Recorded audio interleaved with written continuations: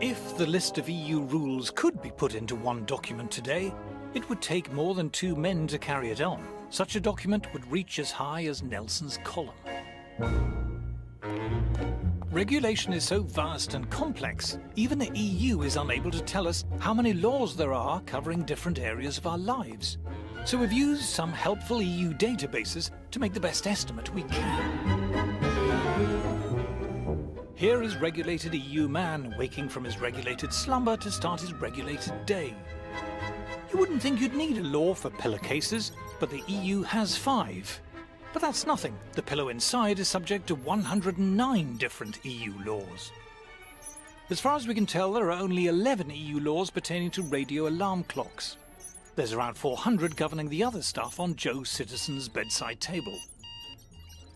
You can't be too careful with duvets and sheets, so there's around 50 laws governing those. There are 65 laws governing bathrooms, but that doesn't include the contents. How they managed to think up 31 laws for toothbrushes is beyond me. But let's face it, toothpaste is a bit weird, so 47 laws sounds about right. Mirrors have been known to crack and get dirty, so they're covered by 172 laws. As for the shower, well, we've all seen Psycho. Murdering girls like that is now strictly prohibited. Shampoo can get in your eyes and cause discomfort, 118 laws. EU bureaucrats seem terrified by towels for some reason, slightly more relaxed about radiators. There are 1,246 laws relating to bread, but just 52 covering the crazy anarchic toaster. Just 84 laws cover fridges. But an impressive 12,000 laws cover milk. After all, it might go off. Bowl, 99 laws. Spoon, more than 200 laws, same for the orange juice. But the coffee, whoa, stand back, Grandma. This toxic jungle juice can keep you up all night. The best dog in Britain is unaware of the odourless fog of canine legislation, but careful Ruby, ignorance is no excuse. Our regulated man leaves his regulated house. There are only 92 laws about pavements, after all they're just pavements, but you get the idea. EU regulation surrounds us like invisible barbed wire. When we're frustrated in our daily lives by needless, stupid EU laws, it's infuriating. But it's much worse than infuriating if you're thinking of starting a new business. It's like entering a legal minefield.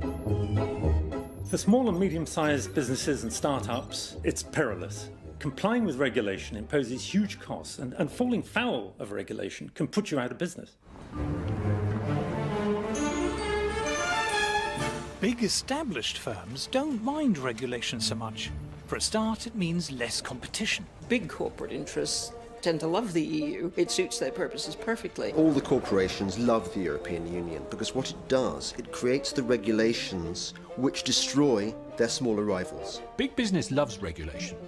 Don't forget that. Big companies can lobby in Brussels, and the amount of money they spend there is staggeringly large. One of the first things that stuns you are the number of invitations on your desk to lunch, breakfast, dinner, champagne receptions, and invariably they come from lobby groups. There are people who make their entire livelihoods out of being professional lobbyists in Brussels. This is where a lot of the lobbying goes on. So you will see the lobbyists from different companies, from NGOs. The returns they get by stifling competition and framing regulations in a way which suits them and keeps other people out is very, very striking. It used to be called a rich man's club, and that is by and large what it is.